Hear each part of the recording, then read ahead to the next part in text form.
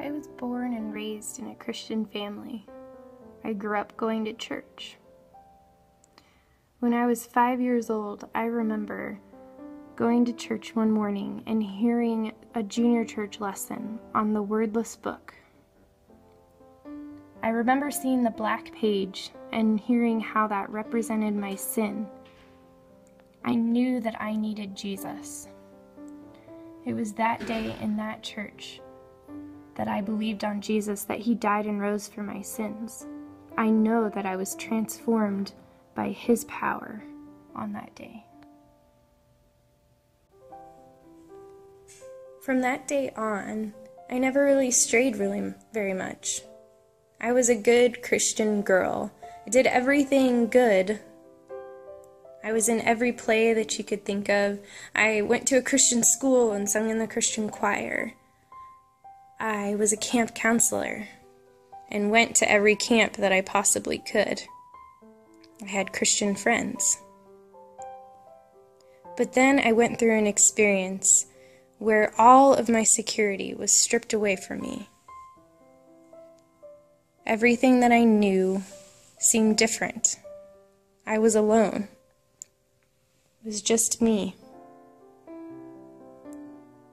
It was through that experience that I withdrew into myself.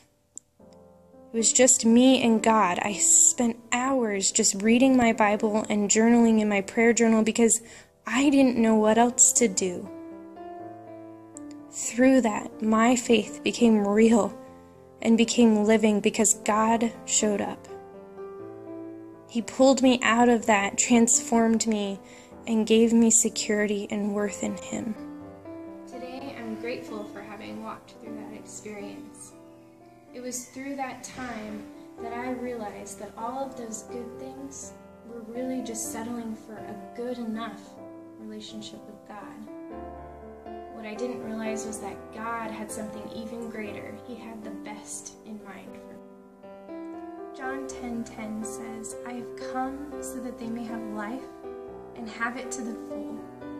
God doesn't want us to settle for a life that's just spent doing good things. He wants us to have a life that is transformed and vibrant, serving him out of a heart of love and gratitude. I don't know where you're at in life. I don't know if you know Jesus, but he loves you and he wants to transform you.